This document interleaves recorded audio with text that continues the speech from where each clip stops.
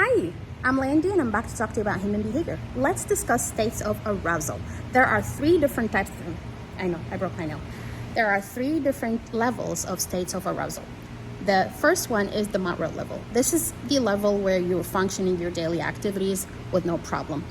The hypo arousal, which is the low level. You really don't feel like doing anything, just feeling like, being on the couch, reading a book. You're not into anything that's loud, anything that's hype, anything that's too exciting.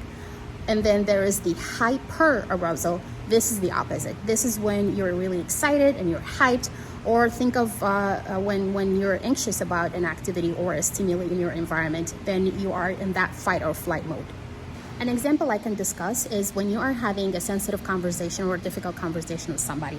That conversation, it can lead to anxiety or stress where the conversation turns into an argument or a fight. Or the conversation can cause the other person or yourself to shut down. Remember, you can manage your own behavior and you can manage your own response. So pay attention to your own triggers. So let's say when you are having that conversation, whether it's you who's engaging in the argument or shutting down, you can communicate simply by saying, hey, I am not feeling ready to have this conversation right now. Can we have this conversation at a later time?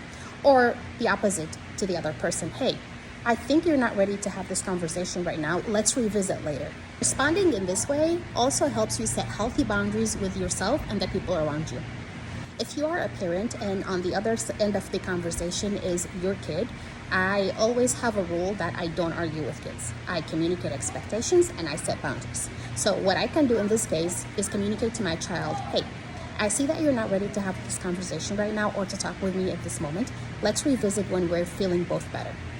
As an adult in your child's life, you have to set that boundary and you have to set that expectation. And once you tell that child that you're not going to go back and forth and you're going to come back to the conversation later, they're not going to necessarily stop the second you say that. They might still argue, they might still say things, but you remove yourself from that situation and do not engage. Remember, behavior change is a process. It does not happen overnight.